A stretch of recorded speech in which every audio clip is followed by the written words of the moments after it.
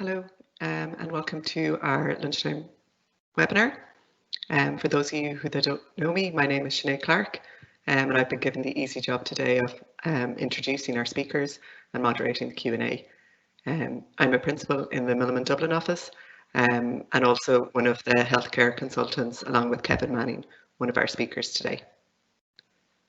We've been holding regular breakfast briefings for a few years now on various topics, including Solvency II.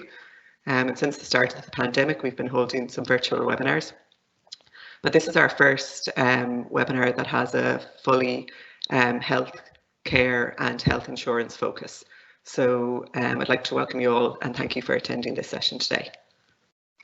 Kevin is our first speaker today, and he's been given the job of doing the COVID-19 update. I believe it's currently mandatory to have a COVID-19 update in every webinar or seminar or session that's attended. So Kevin's kindly volunteered to take that on board today.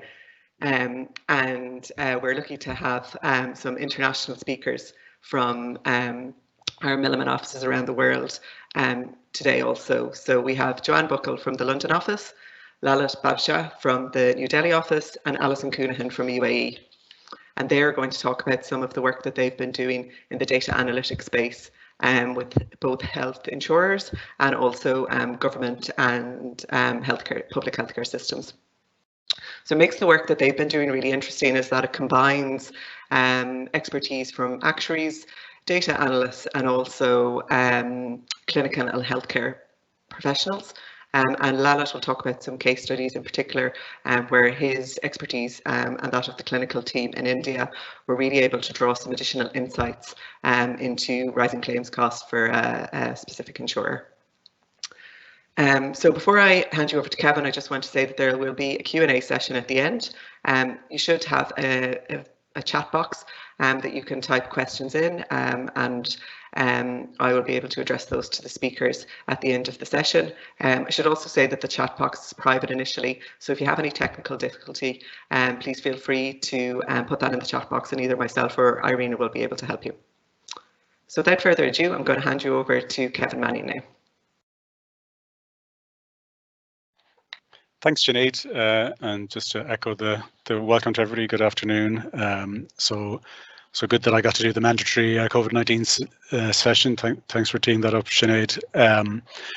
I guess I'm talking primarily here about COVID-19 considerations for insurers, but I think many of the issues arising will be relevant also for others, whether that's in the context of the public system or from the perspective of providers like private hospitals. I guess worth mentioning a few caveats when I do talk about COVID-19 considerations. This is a rapidly changing environment. There's huge uncertainty, and I suppose if insurers are trying to grapple with what does COVID-19 mean, not just for now and into the future, it's certainly a very challenging environment in the context of all that change that's going on. COVID-19 impacts really sort of need to be considered over a time horizon. There's a 2020 impact and trying to assess what will that mean for 2021. But certainly there's a number of elements of this that can give rise to longer term impacts that need to be considered. And clearly then as you start to look across different jurisdictions and you're trying to get a sense of international comparability, clearly there's different health systems, the level of COVID-19 has been different, government responses have been different. It makes some of that comparison quite hard to do. At the same time, I think there are common themes that are popping up everywhere, or cropping up everywhere, and it's some of those themes that I just wanted to run through. I'll probably focus most on the sort of the non-COVID-19 claims impact, the indirect impact, I guess, of COVID-19 in terms of claims costs that insurers and costs that providers are facing. I will touch it then on some other issues also, and maybe I'll start with just a quick mention of some of the direct COVID-19 impacts. People here will be familiar with the shape of some of these graphs. This is from the COVID-19 Data Hub showing inpatient hospital admissions in Ireland from March through to kind of end September, early October. Clearly a very pronounced surge or spike over late March and and into April, but tailing off considerably since then. Although clearly, again, that's on an upward trajectory at the moment, given everything that's going on. Another sort of graph that's gotten a little bit of attention is the number of ICU cases reaching almost 160 in terms of that peak over the surge period, below the ICU capacity at that point, and certainly when you take on board the temporary surge capacity that was created. But again, obviously we're starting to see an uptick there, but again, potentially below capacity. I guess from a payer perspective, the burden of the direct costs arising from COVID-19 here have fallen on the public system.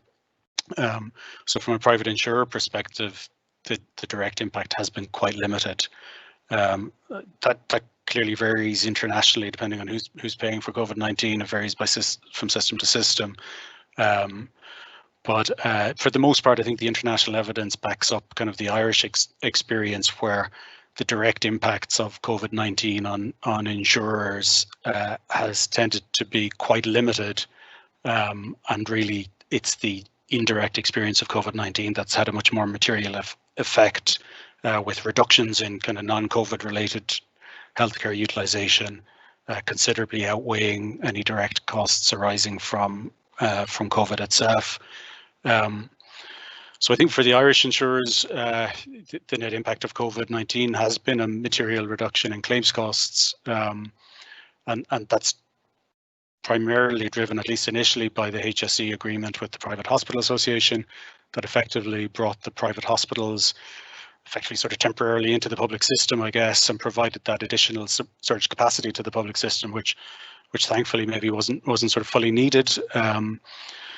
But we've seen each of the domestic insurers here reflect this impact in terms of premium rebates or equivalent cash payments to customers, and that's been echoed in other markets where we've seen premium holidays, premium rebates or reductions arising from reduced claims costs due to COVID-19. I guess with the end of the HSE Private Hospital Association agreement, the private hospitals are returning to something like business as normal, business as usual, and in that instance, I guess more direct COVID-19 impacts may start to hit Irish insurers.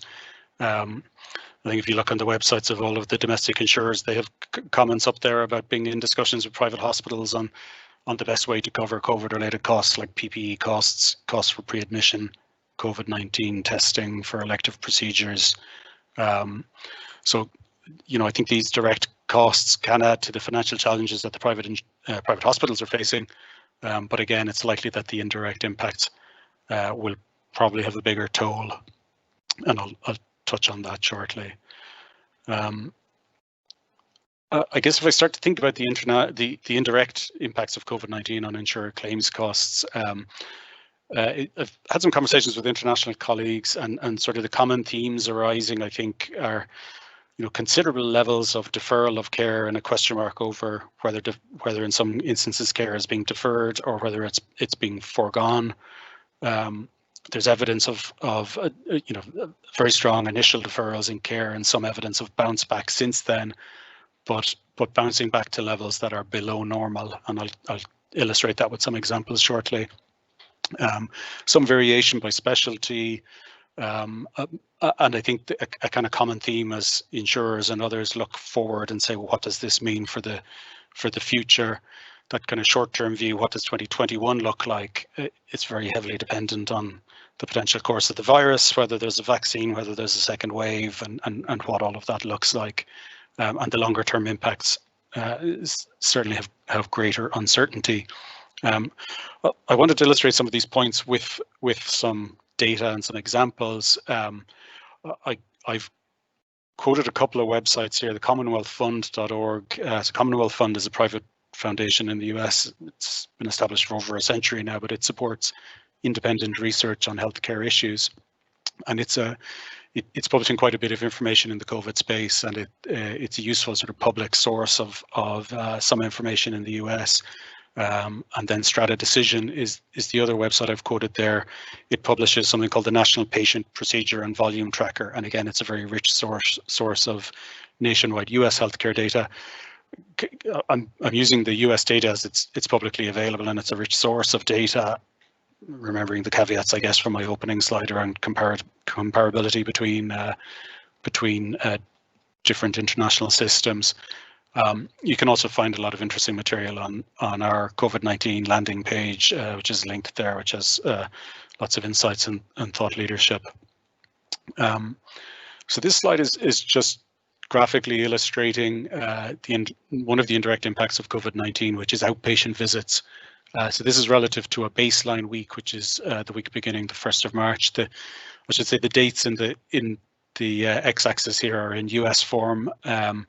So the Commonwealth Fund here is really just comparing outpatient visit to numbers of outpatient visits to that baseline week starting the 1st of March. And you can see a huge decrease in outpatient activity throughout March and sort of that trough into April, and then bouncing back, I guess.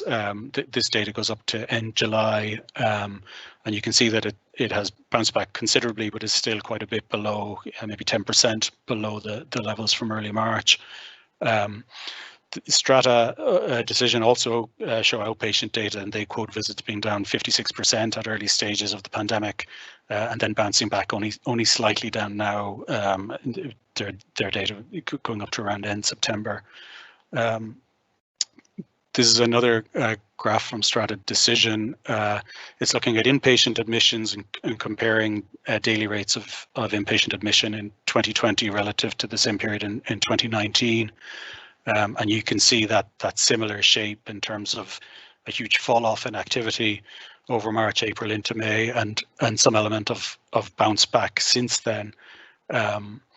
So Strata Decision themselves sort of point out that while inpatient admissions are back toward 2019 levels, they say that the new normal at the moment anyway appears to be around 90 to 95% of the old normal. And that's mirrored when you look at emergency rooms visits too. So a heavy fall off and a partial bounce back.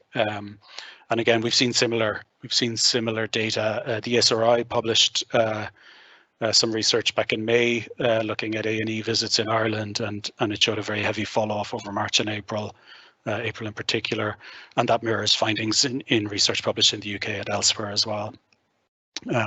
So I think across the board, we're seeing outpatient, inpatient, emergency department, GP practices all showing similar patterns. This, very large fall off in activity at the height of the pandemic, and a bounce back to somewhere below normal levels now. And clearly, as the position here and elsewhere worsens, we could get a second fall off if there's a sort of a second wave of the pandemic. And potentially these sort of rolling waves of reductions in healthcare utilization over the short to medium term, depending on the course of the virus.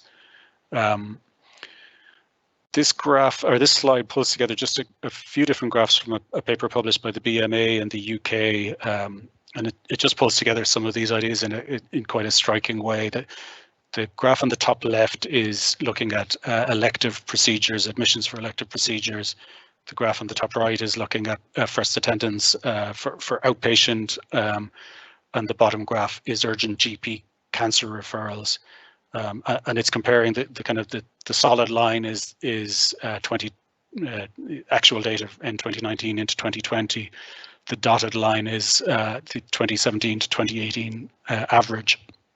And you can see that large fall off in all of these areas, giving rise to quite a considerable gap in terms of the activity that's happening. And so in the context of the elective admissions, the BMA paper talks about an estimate that up to 1.5 million elective procedures have not occurred during the pandemic, leading to a significant worsening of health for many patients whose procedures have been cancelled.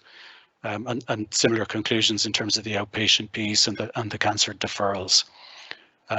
So I think all of this gives rise to some significant challenges I guess one of the questions that arises is whether this this deferral of healthcare activity is leading to a significant pent-up demand that may sort of bounce back then in due course. And while the Strata decision data suggests that service lines with chronic and preventative care have largely bounced back towards normal levels, elective care and elective procedures are continuing to lag. They talk about dermatology, ENT, knee and hip replacements being among the specialties that continue to lag. I guess a follow-on question then is whether this fall off in activity could give rise to longer-term negative health impacts, so foregone or deferred treatment, missed preventative screenings, all of that could lead to negative longer-term health outcomes. It's interesting that the analysis of the fall off in emergency room visits in the US gave rise to some really interesting insights.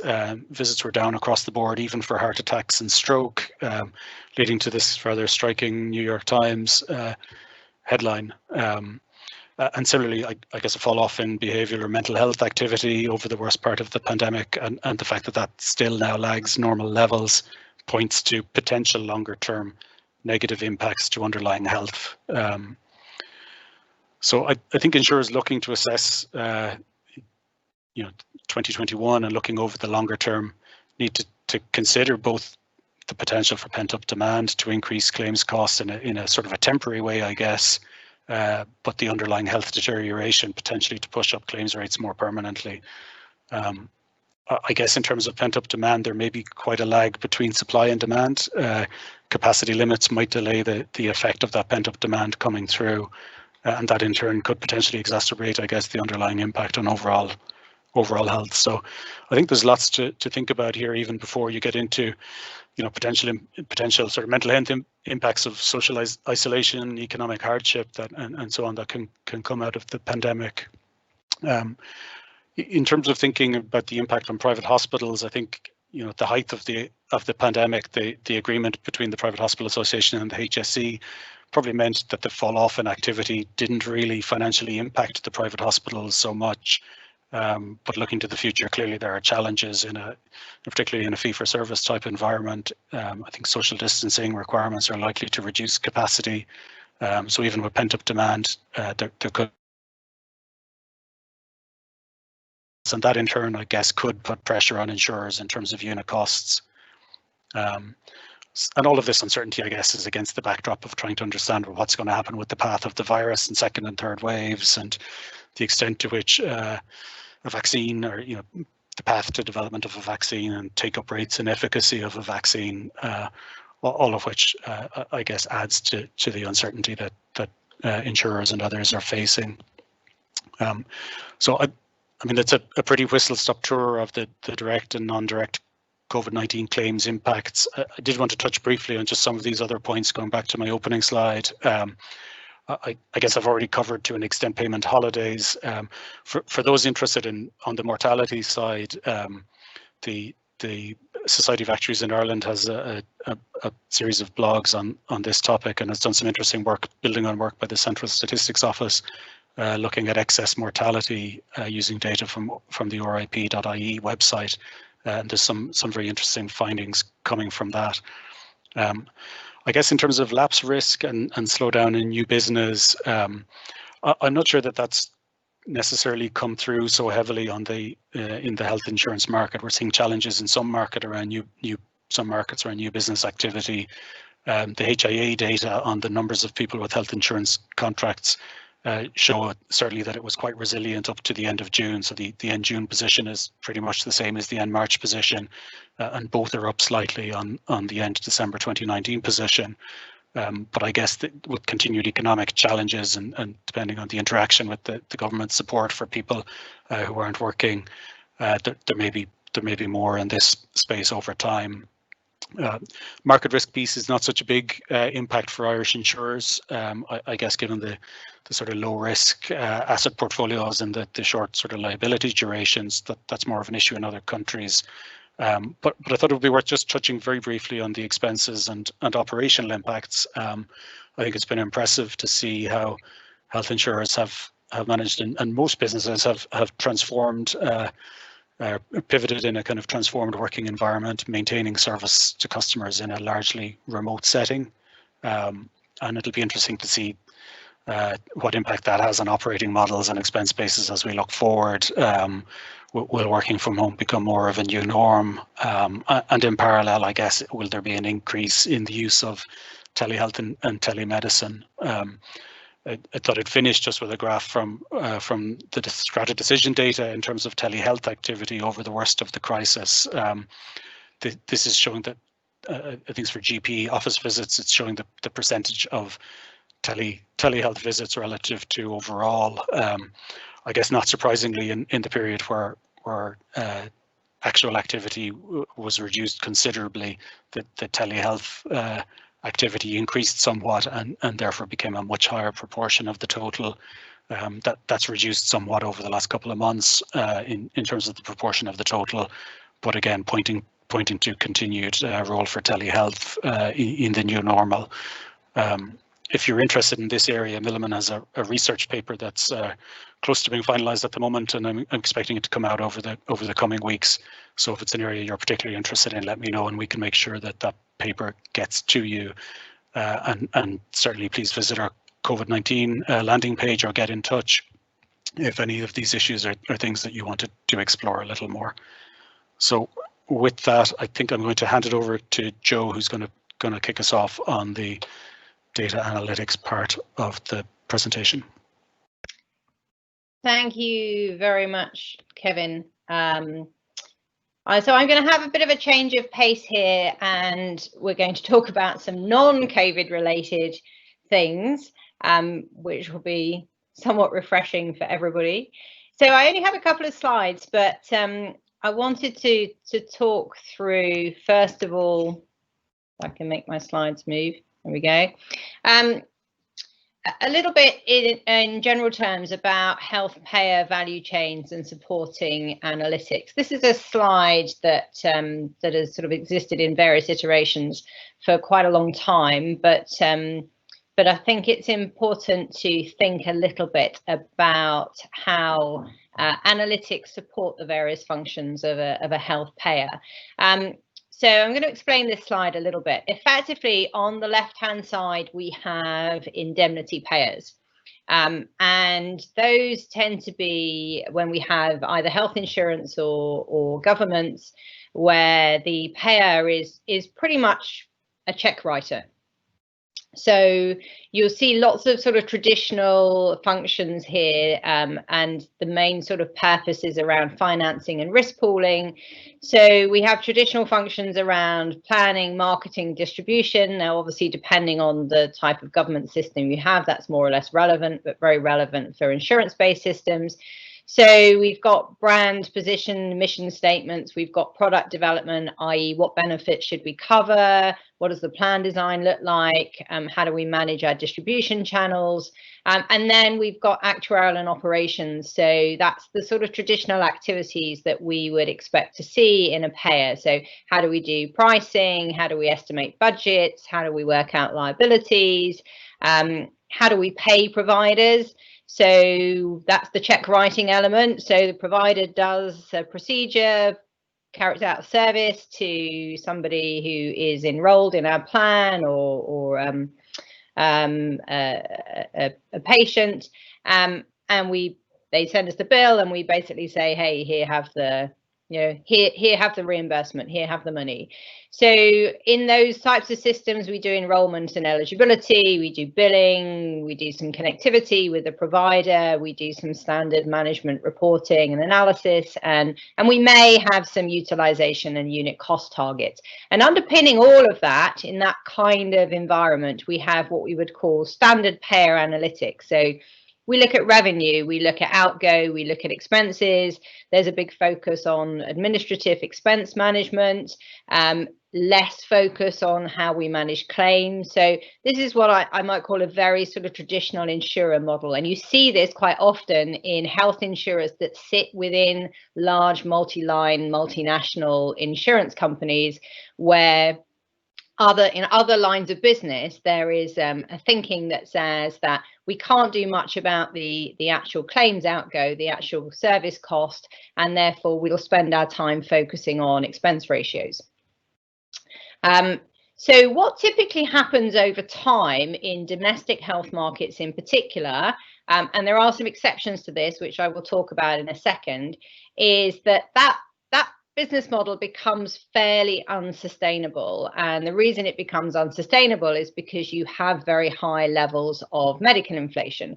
So typically we think of medical inflation as running, I like to think of it as couple of percentage points above sort of wage inflation. So it's not CPI, it's not wage inflation, it's sort of wage inflation plus. And it's wage inflation because 60 to 70% of the costs of the supplier base are made up of people.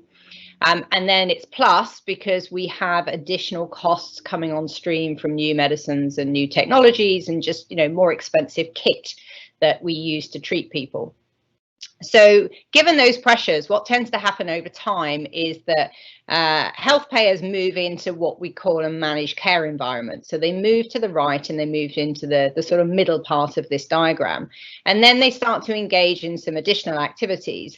So they start to engage in member engagement, they think about member education. There starts to be an understanding that actually you have to manage the claims cost part of the pie and not just the expense ratio. And alongside that, an understanding that maybe if you add to the expense ratio, you might be able to reduce your claims ratio, and there's a trade-off between those different items. So if you spend more money on managing claims and managing service cost for patients, then potentially there is a payback there. So there's a lot of services, particularly in that sort of provider management space. So we start thinking about network development, we start thinking about how we contract with providers, we start thinking about different ways of contracting with providers rather than just paying the invoice that they send. So pre-contracting, and that might be case rate basis or episode costing. We start to think about how we manage providers, how we credential them, and how we profile them. So how do we tell who's a good provider and who's a bad provider from a cost and a quality and an efficiency perspective? And Alison and Lalit are going to talk quite a lot about different analytics in that space in their case studies. But underpinning that middle part of the diagram, we have what we call basic clinical data and analytics. So we start to just not look at the financial items. We start to think about, what are the clinical services that are being delivered to our patients, and how do we ensure that those clinical services are of high quality and reasonable cost? So we need far more information in order to make that determination. We can't just rely on the finances. We need to understand in quite a lot of detail the services that are being delivered to our patients. Then what you tend to find over time, this has been a big trend over the last sort of 10 years, is that becomes insufficient. So we have to move further into the care management spectrum, and we have to start thinking about how do we manage the utilization of patients of particular services? How do we think about what is appropriate care for a particular patient? How do we do case management? How do we do demand management? How do we think about managing the underlying chronic diseases of our patient population? And then we're not measuring just finance anymore. We're starting to think about measuring clinical outcomes and quality, and we get into the sort of population health management space. How do we optimize the health of a population over time? And then the sort of logical conclusion to that is that you end up in the care delivery end, so on the far right-hand side of this, where you effectively say, I'm spending so much time managing the delivery of care to my patients that I might as well be delivering the care and try and get rid of some of these misaligned incentives. So now, not many people end up in that space because it depends on your sort of local domestic market structure, but there are some exceptions to this. So exception number one, I would say if you are in a very, very supplemental health market where you're just dealing with a very small proportion of the pie. Exception number two is if there's some sort of regulatory barrier to moving down the value chain. And in some countries that's true. You're just, as a payer, you're just not allowed to own provision. And exception number three, interestingly enough, might be international medical insurance and expat medical insurance. And that's because unless you are using a domestic network, unless you have your own domestic network in each of these countries where you are spending your money as a payer, it's very difficult to get the concentration and the volume of patients through a particular provider in order to move down the value chain. So you do end up doing some of this care management piece, but it's quite difficult to do a lot of the provider management piece. And underpinning that far right-hand side is what we call advanced power analytics. So that's really combining clinical and financial data to really understand what's happening to those patients. And an example of that might be understanding the return on investment from your disease management program. Are you having a big impact on the costs of that patient population over time? Or are you effectively creating what we might call marketing spend? So you have a disease management program, you enroll patients into that program, you advertise that program, but you're not realistically expecting it to have a significant impact on the future claims of that person. Instead, it's a headline marketing kind of program. And it's very important to distinguish between those programs that are marketing programs or hygiene factors, because you need those to attract certain people into your population, and those that are going to have a long-term impact on your claims cost spend. And in order to do that, you have to have those power analytics.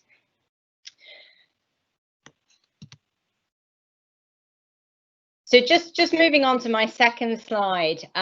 This is a US-based slide. It's about understanding low value care, and it comes from the Institute of Medicine framework. And this is something that we look at quite a lot because it tells us a little bit where to focus our time. So we've got different categories of sort of overspend in healthcare spend. And top category in terms of percentage of waste is that unnecessary services. Bottom category, interestingly enough, is fraud.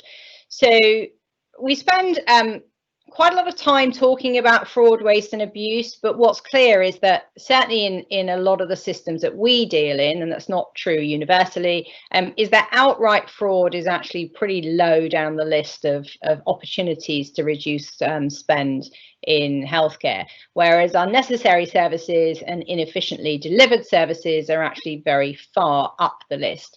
And so a lot of the things that we do at Milliman are around fraud, waste and abuse, and around how do you identify and categorize potentially unnecessary services and inefficiently delivered services, and then work with your providers to bring those outliers into line.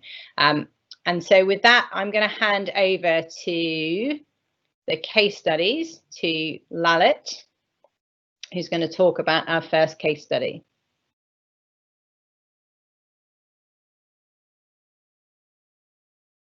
Thank you, Joanne. Good afternoon, everyone, and thanks for the opportunity to share some of our experience with you. As Joanne said, a lot of the work that's required for a bit more provider monitoring and profiling around unnecessary services and things would come from some level of clinical data as well as financial data. Okay, sorry. Yeah. So I'm going to present a couple of case studies just to highlight how even with limited data, some of these analytics would help you identify a direction for further exploration or to identify areas that need more focused rigor in your claims or pre-authorization processes. At the end of my presentation, I'll hand it on to Alison, who she would share with us some more developed examples of with data maturity, what kind of more value-based and more advanced analytics would be feasible, which allows you to monitor performance as well as start rewarding performance. So those are the three kind of contrasting studies we would present to you. So this is some work we did with a small country health insurer there, and like any other client in the world, they wanted to improve their profitability. But a key kind of block or key challenge they had was they had a doubling of claim cost in the last 3 to 4 years, and they were getting worried as to what is driving this. And then because the growth was significant, they wanted to also identify how can we slow down this trend. So we were asked to help them. We did a more comprehensive work, but today's presentation I would focus more on the clinical analytics, how that helped them identify some drivers and some possibilities. In terms of the context, this particular insurer in the past was able to increase the premium at every annual renewal cycle, but that was making them less competitive, and their competition was reducing their premium, so it was not sustainable. So they had to look at other ways of managing this growing claim cost. The other challenge was the provider community in this region are very strong. It's very difficult to negotiate, and you need more kind of objective, more lobbying and more advocacy to them. The third challenge in terms of context was the data wasn't quite digital. The hospital would send them paper images in terms of reports and claim forms and pre-authorization forms. So the task of digitization, the task of data entry was with the payer. Insurer was having to translate that information to codes or into digital data that they can use for the analysis. And that's not uncommon for many other regions where hospitals either are too organized or too strong to want to change their practices. So this was a particular challenge. The processes were quite manual.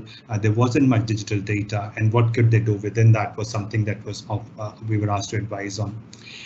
In terms of the provider space, the other challenge in this particular market was there were a lot of new private hospitals coming up, a lot of new physician practices were being set up, more on the private side, although the more prevalent public sector space is very recognized, very credible. They also provide services to private insurers. They were more established, but there was this wave of new providers and new physicians setting up independent practices. So they also wanted to understand what is the impact of them. So to help our client, we performed an actuarial and clinical study. We focused on what limited data was available, and we focused on the diagnosis codes in the form ICD-10. We wanted to understand a bit about interventions, what kind of services were being offered. So we had some procedure codes available. We had dates of service and other financial information. Typically, most insurers tend to have this kind of data set. What we tried to focus was, can we use this information to understand the key clinical drivers? Also, can we compare the performance across providers or certain physicians, particularly the utilization, the intervention they were offering, and the efficiencies, to see whether there's something there that could be driving it. So we started with the burning cost, and you can see in the diagram here, we focused on the clinical components of it. So we saw the burning cost from 500 per member per year had risen to 940 in that 3 to 4 year span. And we looked at the clinical groups. We grouped all the ICDs related to these conditions, and we identified the conditions that was causing a bigger burning cost lift, but also the conditions where the change in burning cost contribution was significant. We acknowledge that, it may not just be the clinical condition, could be the other variables around population like age, like policy duration, other factors. So there needs to be some adjustment to that, and we'll discuss that in a minute. But our focus was those conditions that are common, have a significant change change in the contribution to the burning costs. And the culprits were cancer, gastritis, pneumonia, knee-related admissions, as well as backache. So the client already knew about the cancer. They had set up a separate study, a separate project to study what can they do about cancer management in their population. But apart from cancer was contributing about 5 to 9% in product 1, which was a new product they had launched in 2013, and it was a 3% contribution for product 2. So we focused on the non-cancer part of claim because the client already had a study happening on the cancer part. So as I said, there can be multiple other factors that could be leading to that burning cost lift or that change, the growth in claim costs. So we used the GLM modeling to standardize the impact of age, gender, family size, nationality, and policy duration. In the first product, which was a new product launched in 2013, the policy duration tended to have an impact on the burning cost impact. So that's tended to be the main reason in the product one. Product 2 was a closed block of portfolio, which had we had a legacy product. Their age was a more significant factor. So we adjusted for these, and we still found a significant impact from the clinical or the calendar trend of clinical context. So they had a moratorium and a full medical underwriting combination. In moratorium, the policyholder age group was older, so we felt that the age adjustment had a much larger impact on the moratorium product. So looking at the clinical groups after those adjustments, gastritis is a very common acute condition, can also be seen as emergency, a reason for potential, bleeding ulcers and things like that. So we felt when we grouped all the gastritis related admissions, we found that 5% of the overall burning cost was coming from this, but it also had resulted in a 3-time change in the contribution to the burning cost. What was interesting was when we started looking at how these patients with gastritis were being managed, 56% of them had an upper gastroscopy. So gastroscopy is looking into the alimentary canal to identify potential reasons for bleed or what could be the pathology underneath. So 56% is high enough for a case of gastritis. But what was interesting was 70% of those members who had a gastroscopy also had a colonoscopy at the same episode. In other markets, you tend to have about 10 to 15% scenarios where you may have double scopies, but there seemed to be a pattern of this double scope being used for gastritis in that market. So we started to look at physician practices as that kind of influencing that behavior, and we found much variation in physicians. So while all physicians had tended to have a higher prevalence of dosing endoscopies, there were a particular group of doctors who were doing double scopies quite regularly. I found also that the high volume of these double scopes were coming from physicians who are practicing at 2 specific hospitals. Both happened to be new hospitals.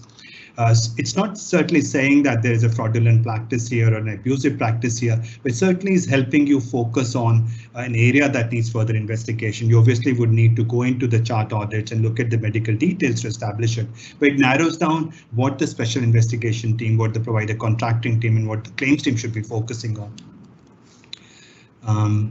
As said, we found that there were a couple of doctors who were doing far too many endoscopies, generally for the same diagnosis, and 2 hospitals tended to have higher proportion of them. The other reason we felt was, and it's a common pattern, particularly with knees in multiple markets, is the diagnostic intervention, the long stays, and in potentially unnecessary admissions around knee-related disorders. So we found that knee-related admissions were contributing about 4% of overall burning costs. That also had increased more than 3 times in the 4 to 5 years in terms of contribution to the burning cost. So further again, when we looked further, it seemed like the private hospitals were leading that drive of more burning cost contribution. 6 new established providers had come in with sports injury type clinics and day surgeries and things like that, and they were contributing to about 16% of the latest year's knee claim cost. We also, when we studied further, it highlighted how a lot of those claims were early claims, claims occurring within the first policy years. So 85% of these were coming from moratorium. So findings like these also highlight the effectiveness of your underwriting practice, the effectiveness of your claim practice as well. So it encouraged the client to look at what other areas they need to review and how their underwriting or claim practices are. As I said, sometimes these are triggers which warrant further investigation to establish. So this particular scenarios, the challenges were, are these admissions medically necessary? How do you define medical necessary, and then how would it change over time? Is it likely to continue to be like that? How is it contributing to that? So more details into the knee related thing. So one of our questions we wanted to answer was, is it necessary those admissions? Are they justified medically to do that? So one way of looking at why somebody would be admitted for knee is whether they need a surgery or if it's a trauma. Those two reasons tend to be the commonest reason for an hospital admission with a knee-related disorder. You don't get admitted for a knee infection or a knee swelling. So there has to be either a trauma or a repair job or a meniscal tear or something, you know, requires surgery. In public hospital, we found 40% of those admissions had needed a surgical intervention. But on the private side, only 22 to 25% needed a surgical intervention. So 75% or 78% admissions were related to medical reasons, and some of the length of stays was very significantly high. So it was challenging both the medical necessity as well as medical appropriate for where they were at that for those admissions. So again, drilling down further, we looked at profiling physicians if there's a pattern there, and we found a couple of doctors were leading that. Backache, again, 3% of overall burning costs was generated from this. Again, a significant increase in it over the last 4 or 5 years contribution to burning costs. Further details of the private hospitals were contributing majorly. Even in that measurement year, which only had half a year, some of the early claims had already contributed significantly to the burning cost. So we found a lot of cases of early claims that needs to be managed better through, first, the claims process needs to be rigorous and tighter. Again, I think top 5 doctors were contributing 40% of the backache claims. There were a lot of hospitals that were setting up, these spinal clinics or pain clinics, as well as the sports injury kind of clinics, places which were leading to potentially supply-induced demand.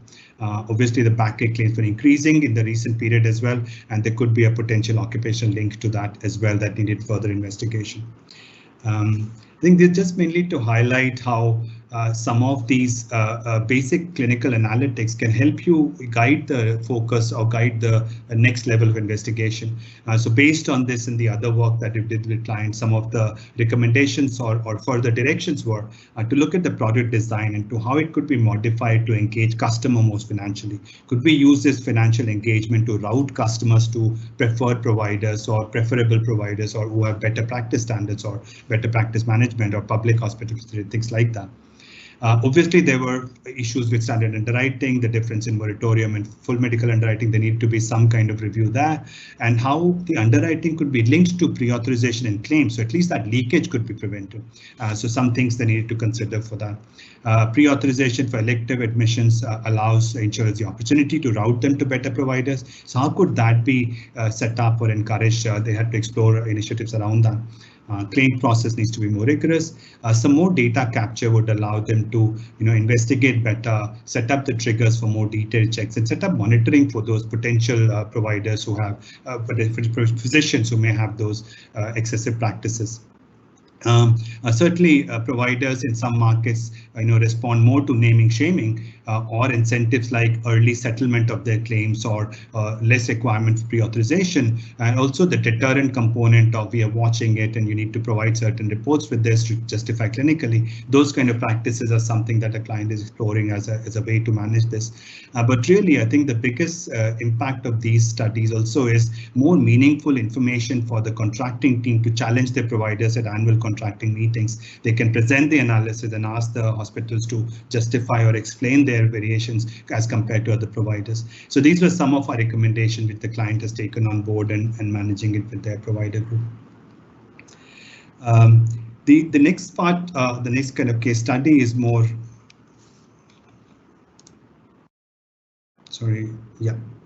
It was more about what we are seeing as emerging practices, utilizing some data and setting up process enhancement of process changes. So I just wanted to bring you up to speed with some of the observations we have. You may have seen some of these already. I just wanted to summarize it together as how data is becoming more and more important, and how some better data quality can actually help with those administrative cost savings as well.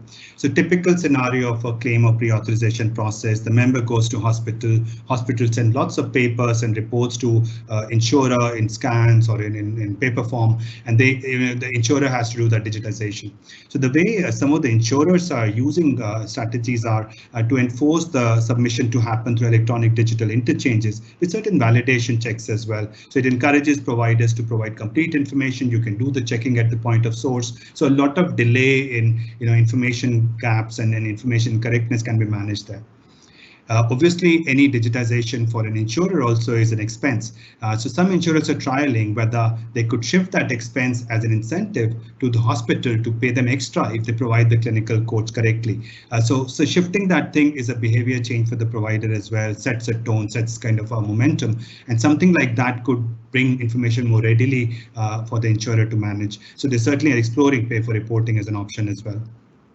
The other thing have been how to make that digitization process more efficient, more accurate, more exact. And this is where some enabling tools are being trialed in terms of, tools that allow you to quickly capture what's written on the discharge summary, and it translates that into a diagnosis code or a procedure code. It allows you to then unravel the possibilities with the digital, rules and things like that.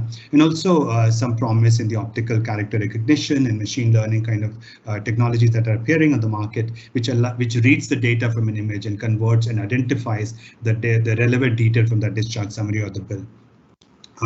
Once you have that basic data set available, a lot of automation becomes possible in terms of rules engine, API service, integrating underwriting with the policy system and the underwriting instruction from there to the claim system, and even the provider tariffs and provider profiling information as well.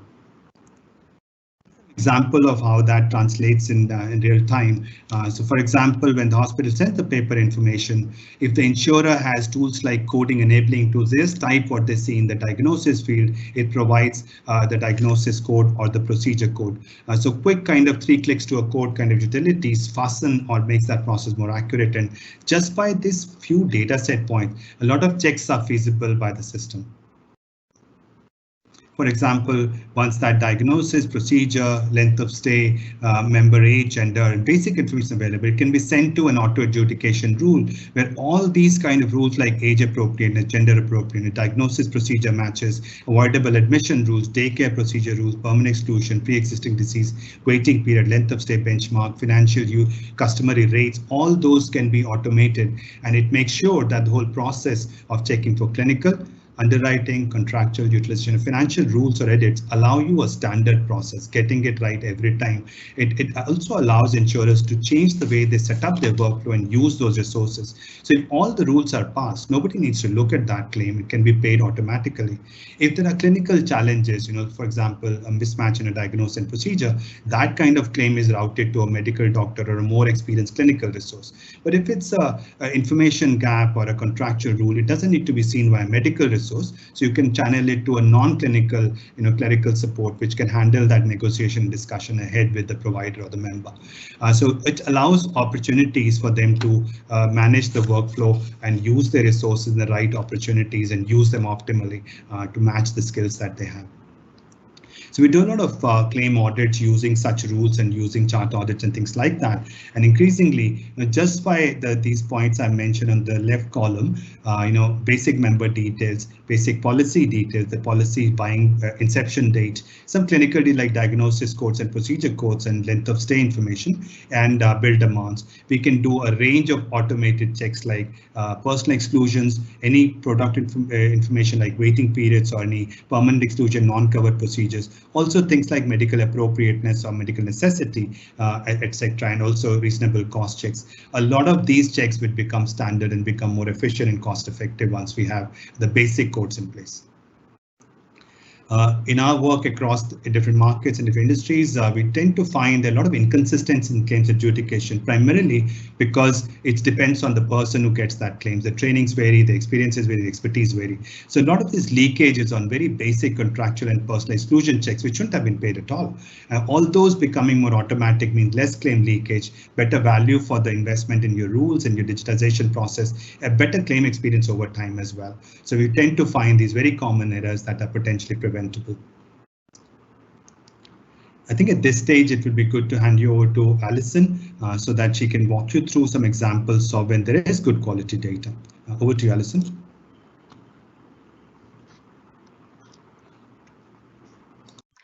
Thanks, Lalit. So I'm going to be handling the final case study today, and we're going to be looking at the journey towards value-based payment mechanisms, and in particular, the role of data within that journey. So I'm going to give it a little bit of a Middle Eastern flavor. So I'm located in Dubai, and so I do most of my work with the Middle Eastern governments. So just in terms of some context of the role of value-based healthcare. So historically, the governments within the Middle East have been responsible for the majority of healthcare costs within these environments. So there is a move towards universal health coverage, with the governments covering the cost of healthcare in full for citizens. And obviously they've been depending on oil revenues to fund those fairly generous benefits in most countries. And then healthcare for expats is now generally covered through private health insurance, but this is more recent development over the last sort of 5 years, with health insurance for expats becoming mandatory or moving towards that in some countries.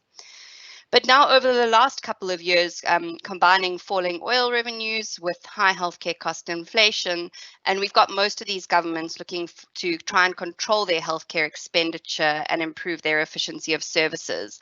And one of the mechanisms that they are using to do that is the implementation of DRG reimbursement mechanisms, which are at various stages of consideration and implementation across most GCC countries.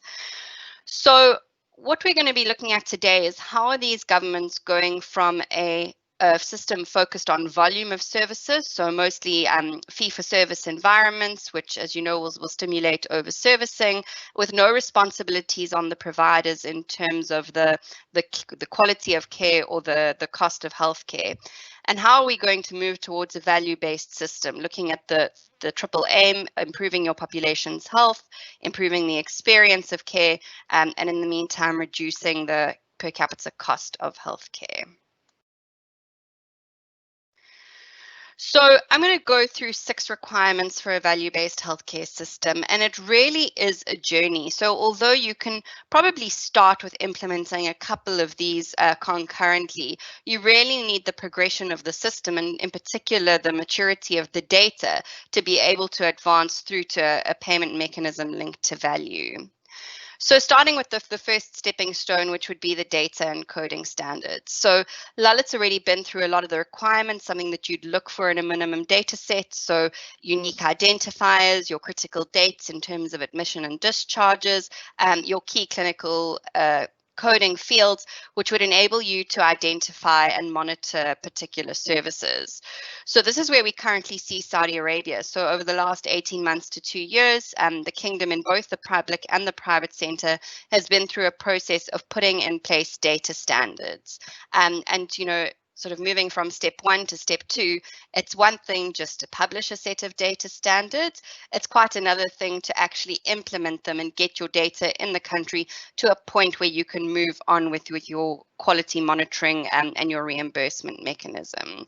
So that second step is going to be having quality data available for your analysis. And that really can take time, especially when you're looking at sort of a national systemic level, to bring all your providers onto the same page in terms of capturing that data and then submitting it to the payers to make sure that you've got sufficient quality data available throughout the system to move forward.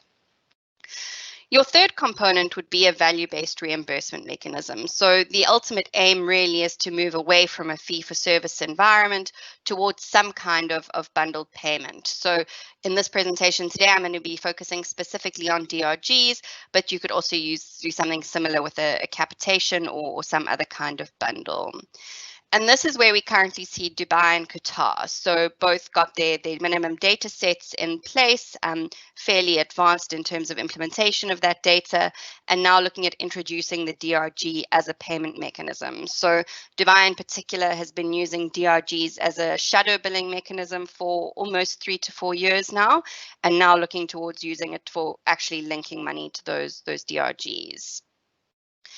The next component will be your quality monitoring framework. So obviously your data component is a critical aspect of being able to monitor the quality of services being provided within your system. So these can range from sort of simple claims-based metrics, looking at something like a length of stay.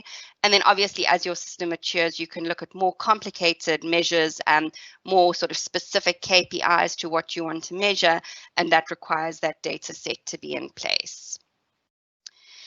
The next component is going to be looking at your provider profiling system. So understanding that not all providers are created equal, and really focusing on how do you monitor those providers in terms of features that are specific to them. So I'll run through a list of features later, but really looking at how do you categorize these providers within your system in terms of both their input costs and the quality of services coming out of those systems. And then your final component is going to be a payment mechanism that is linked to both your provider profile and your quality outcomes. So recognizing that your providers have unavoidable cost differentials based on just where they are or the size of the facility, how do you compensate them appropriately for those cost differentials? And how do you compensate them for the quality of outcomes? So providers that are really taking responsibility for their populations, how do you make sure that their reimbursement is aligned? And this is where we currently find Abu Dhabi. So fairly far ahead of the rest of the region in terms of their progression towards value-based healthcare, but now with a very robust monitoring system in terms of the health outcomes, and now able to customize reimbursement based on the profile of providers. Okay, so as I mentioned, we're going to focus here mainly on a DRG reimbursement mechanism. And now we're going to look in detail at those payment adjusters that can be used to customize the reimbursement to a provider based on both their profile and their quality outcomes. So at a most basic level, you start with your standard DRG calculation, which would be your base rate multiplied by your cost weight. And you can see the list of example cost weights in the table on the right. But then you're going to add an extra dimension to your calculation, which is going to be your payment adjusters. And then taking that into account, you get your final DRG payment for your particular encounter for a particular provider. So your payment adjusters could be applied in one of several different ways. So as illustrated in the example here, it could be a multiplier on your DRG price.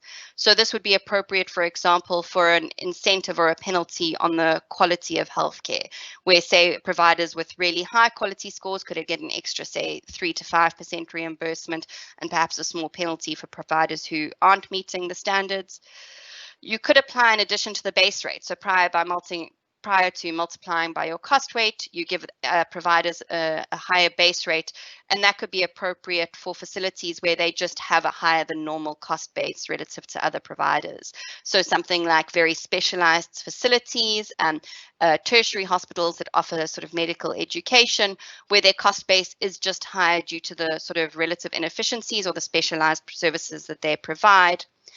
And then another option, which is obviously not activity-based, but lump sum reimbursement, which is independent of the DRG price itself. And we could use that where we don't want to link the reimbursement to the levels of activity. And this could be something like a critical infrastructure. So if you think of an emergency department or a burns unit, if you're trying to compensate a provider, particularly for a lack of activity, then you could use some kind of lump sum reimbursement. Moving on to the possible reasons for applying these price adjusters. So we generally categorize them into 3 different buckets of price adjusters. So the first would be possible adjusters based on your features of the patient. So this could be a pediatric adjuster or something for your indigent population. So this would be perhaps low income, unemployed, homeless people who through various social determinants of health have naturally higher healthcare costs than other members of your population. And you could also look at possible features of the provider. So I mentioned earlier things like the size, the geographical location. Perhaps you've got part of the country that's more expensive than the rest, where your healthcare services will have a higher cost. It could be rural versus urban areas or particular remote locations. You could also look at increasing reimbursement for undersupplied services. So for example, if you're trying to incentivize providers to create capacity within particular geographical areas or service areas, can you give them higher reimbursement to try and incentivize that creation of services? We look at things like medical infrastructure, medical education that I've already spoken about, level of accreditation, which speaks to sort of different standards that your providers would need to meet, and then finally the type of facility that you're dealing with. So both these patient and provider adjusters come into a single category of changes in reimbursement due to cost differentials. And here the intention is really to focus on those cost differentials that are unavoidable. So we don't want to be paying a hospital just for a brand name or just because they've got nice marble floors. We want to make sure that sort of those features are really something that should be paid more. And then the final category is going to be adjusters that are used as incentives or penalties. And this is really where your monitoring of health outcomes comes in. So we're looking at quality metrics, things like clinical outcomes, patient safety, patient experience, where we can pay hospitals more for higher scores and better quality outcomes.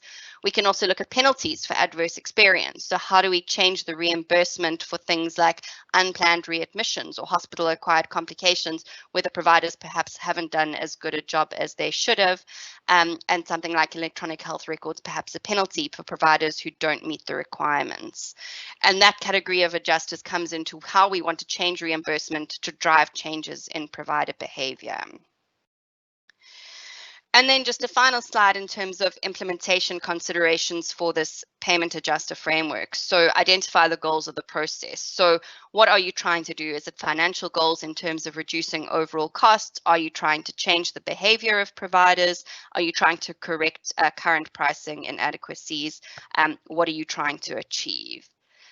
Next, decide how the transition will be managed. So obviously it's difficult to change a provider's method of reimbursement overnight. So how will this be phased in from the current mechanism to allow providers time to get used to it?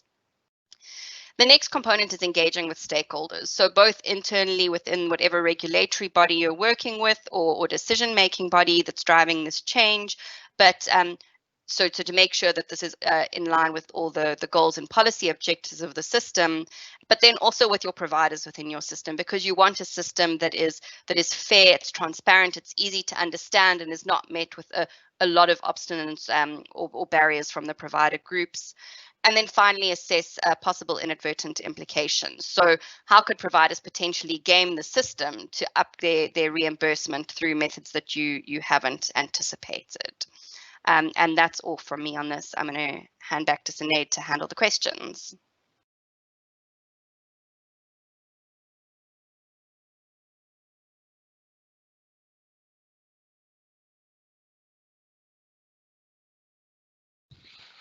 Thanks, everyone. There were some very interesting sessions there. For anyone who is at the event, if you have any questions, just a reminder to please publish them using the chat bar, and I'll be able to ask them to our speakers. In the meantime, I have one or two questions that I would like to ask. My first one is for you, Kevin. I was wondering if you have any insights into possible implications for COVID-19 and the current risk equalisation scheme in Ireland. Thanks, Sinead. Yeah, that is it's a tricky one. All right, certainly COVID-19 will have implications for the risk equalisation scheme here.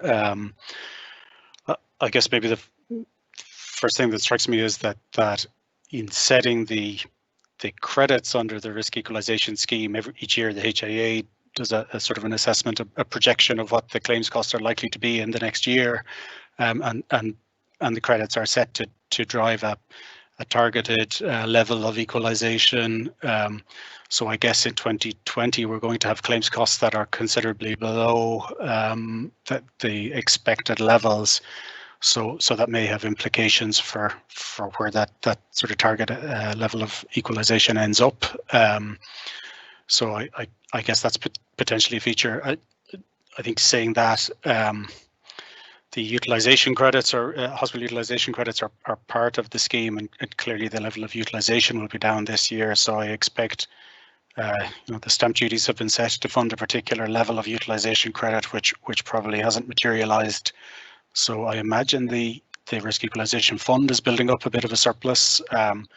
So not sure exactly what that will mean. Perhaps I think that surplus would probably get released next year, in potentially in the form of lower stamp duty next year. And I guess next year is a challenge, trying to anticipate what the claims costs are likely to be next year and setting the credits for next year. It just adds a greater amount of uncertainty to the whole process. I guess maybe one final point on this, which is maybe a little more insurer specific, but I guess one of the elements of the scheme is the overcompensation test, which ensures that any beneficiary of the scheme doesn't get overcompensated. I guess in an environment where you've had pretty unpredictable lower claims costs than normal, that could give rise to challenges in terms of the overcompensation test. Although maybe the premium rebate type piece will alleviate that concern for any insurers that are sort of net beneficiaries of the scheme. But yeah, there's probably quite a bit for the department and the HIA to think about in terms of the scheme and sort of setting the parameters for 2021, I guess. Okay, thank you, Kevin, for that.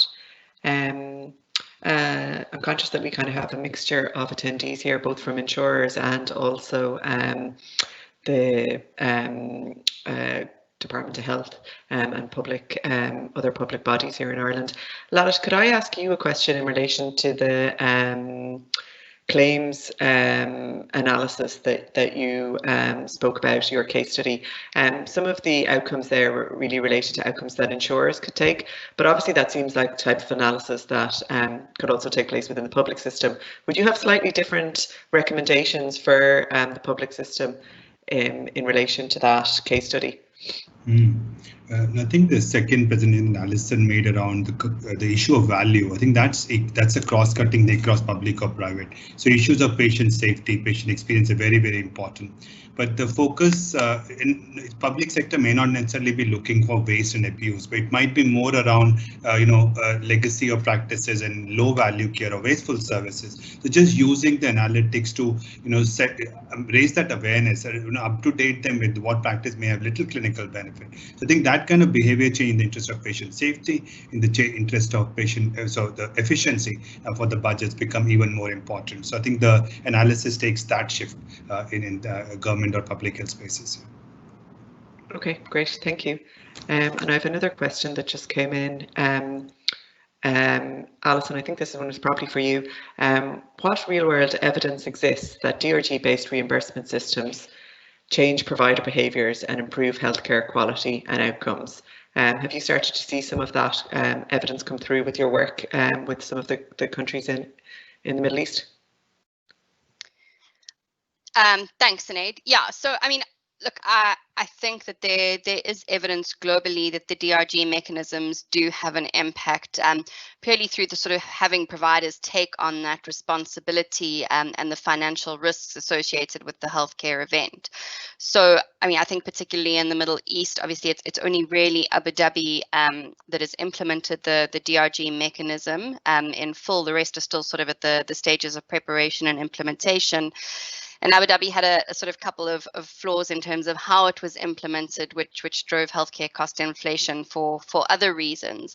But I mean, we could definitely see the sort of responsibility of providers and that impact on the length of stay.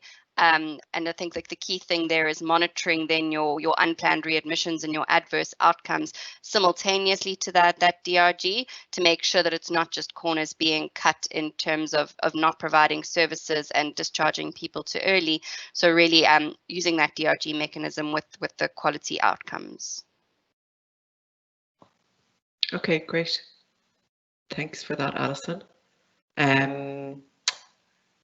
I don't have any other questions coming in, so I'm going to wrap up the session now. I'd like to say thank you for everyone who attended. If you do have any follow-up questions, feel free to contact either myself or Kevin or any of our speakers today. The email addresses will be on the slides. The session has been recorded, so we will share slides and a link to the recording over the coming days. I'd just like to say thank you to all of our speakers. In particular, thanks to our international colleagues, Joanne, Lalit and Alison. Thanks for taking the time out to talk with us today. And I'd also like to special thanks to Irina for organising the event and doing all the hard work behind the scenes. So with that, I'll just say goodbye, and hopefully we'll see you all at a future health webinar, possibly in real life, who knows, at some point in the future. Thanks. Bye.